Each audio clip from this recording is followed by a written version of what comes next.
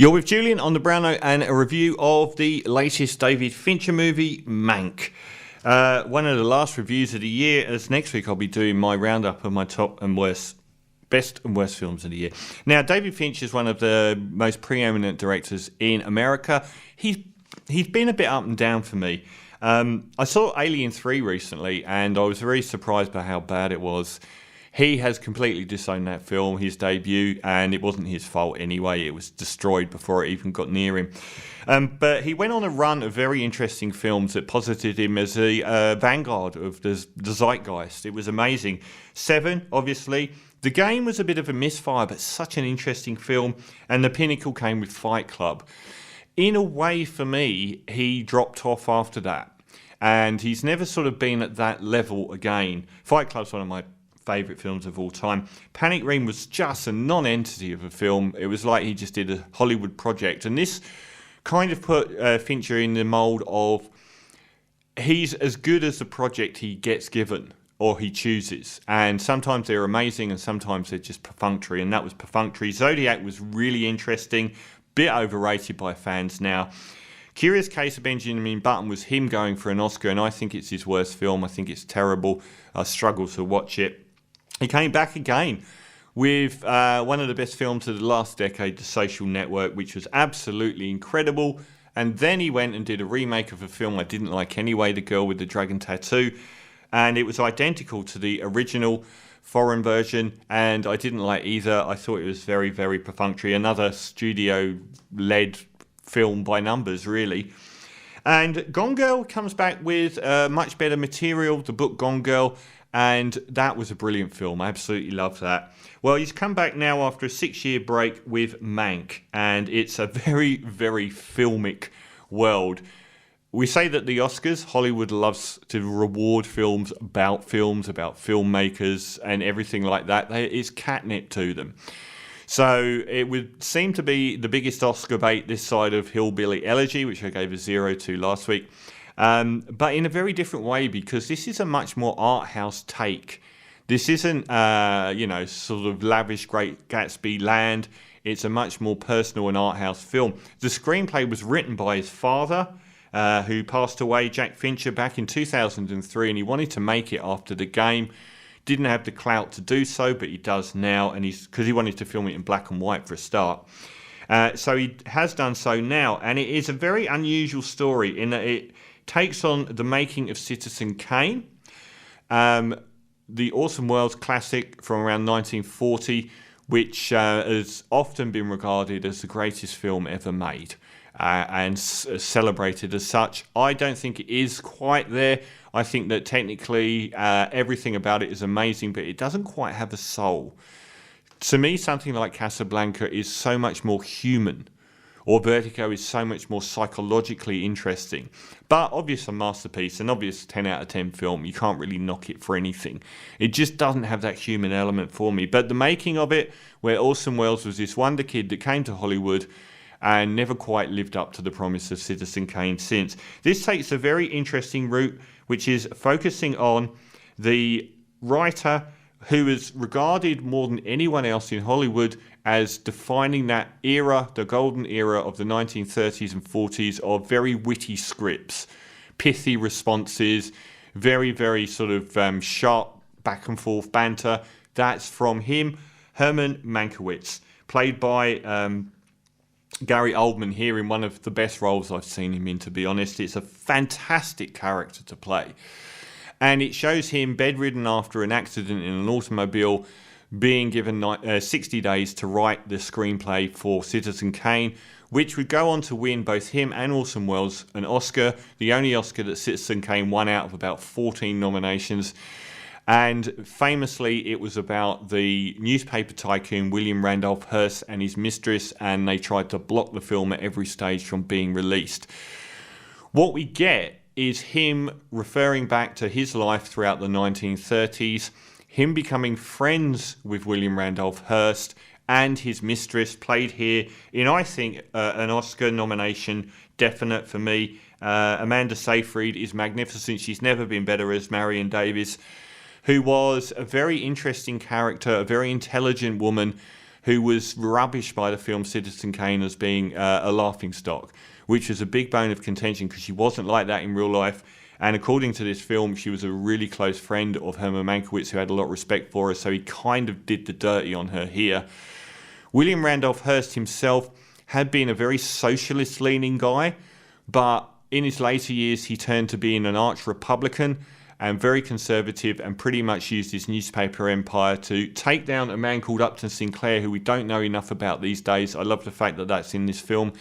He was a full-blown socialist, and ever since, America has regarded socialism as a dirty word. He nearly got governor of California, and William Randolph Hearst and the Hollywood system did their best to ensure that he didn't, by producing populist newsreels, using actors sometimes attacking him.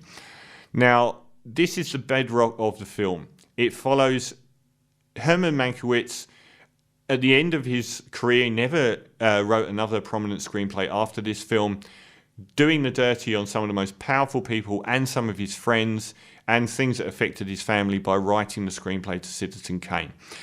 Now, if that sounds like your best night in, you are going to love this film. If it sounds like a load of pretentious twaddle, you're going to hate it. This is a film that doesn't have much of a soul. It is all based, perhaps fittingly, around an incredible script, an amazingly witty script that showcases Gary Oldman's wit as a character, Herman Mankiewicz, so well, and the interactions with other people, particularly Amanda Seyfried, but also Lily Collins as the kind of secretary to Herman Mankiewicz who's typing out the screenplay. And a whole cast of Hollywood heavyweights are portrayed. Louis B. Mayer, Joseph L. Mankiewicz's brother, Irving Thalberg, one of the most important producers in Hollywood history. Tom Burke shows up as Orson Welles, doing a very good job. And Charles Dance, an actor I've got so much time for, he was in that Alien 3, a brilliant characterization in that film as William Randolph Hearst. The acting is off the charts here. If there is a downside to this movie, it doesn't have a soul so much. It is a lot of very clever people speaking very clever towards each other.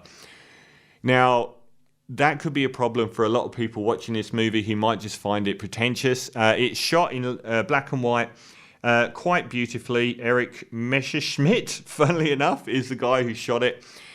I think it looks beautiful, but if there's one thing I'd like to change there is that I think a lot of the black and white tones in it are too pure. They look new, fresh as a daisy. I'd like it to look a little bit more worn. The production design on it is endlessly redolent of the 30s. It is spot on, and it's a dazzling world. It's so evocatively portrayed in this film. I found the spectre in the background of the right-wing media attacking socialists and destroying them and painting them out to be communists and using their media weight to turn the public against them, and them actually being very popular with the public and only losing by small margins. Not that big a margin he lost by in the end, even with all these people attacking him. I found that to be very connected to the modern day. And you could certainly say Upton Sinclair, the guy that wrote the book Oil, that was turned into the film No Country for Old Men, and whose book Jungleland, I think, pretty much changed labour laws in America. He was an amazing man. I think, obviously, Bernie Sanders comes to mind today, about how the powerful get together and they will try and stop people like him ever getting into positions of power.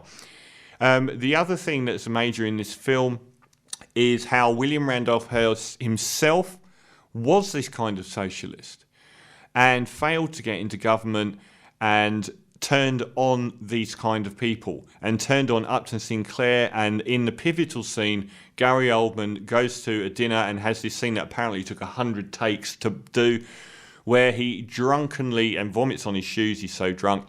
It tells a whole story about how William Randolph Hearst was this socialist guy and how he has now held up Upton Sinclair to a mirror, and he's destroyed both Upton Sinclair and himself because he's now turned into this right-wing, pro-big business guy. And it's the best moment in the film. It's an incredible moment, followed by Charles Dance as William Randolph Hearst, giving him the parable of the organ grinder's monkey. That's possibly something that will tip the film over to Oscar winning. I think it will get nominated across the board. The acting throughout is magnificent, particularly the two women. Lily Collins and Amanda Seyfried are magnificent. They're probably the two main characters after Gary Oldman. I haven't seen Gary Oldman be this good in a film for years. He relishes the part. He relishes the dialogue, which is so clever all the time. But if this film doesn't have a human soul, it's got a great deal of political depth. And I felt that whole scenario was hugely interesting.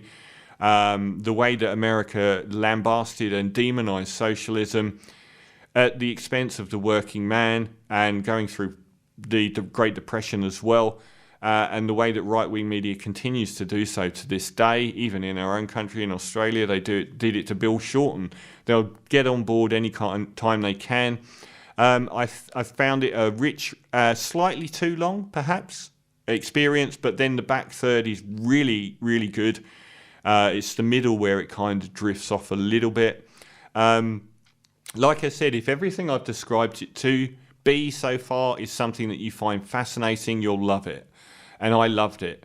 If you think that it is lacking a human element, you probably won't, and you'll probably find the whip-crack dialogue back and forth being the centerpiece of the film to be a tad annoying. If you find people that are so clever and in love with how clever they are to be annoying, it probably will annoy you. But I am in love with how clever I am, I guess. I didn't think about that bit. But I found it fascinating, a historical document, perfectly mounted and made by David Fincher.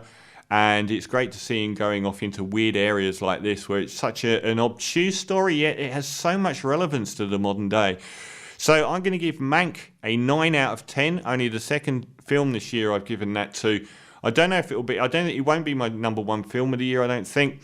But there were so many things that elevated it above the fact that it is just soulless, clever people talking over the top of each other. The fact that it does detail this world that is so relevant to today in the way that we treat left-wing politics, and the media does in particular, and how vicious they can be and how they use populism to make working class people turn on themselves. So Mank, 9 out of 10 for me.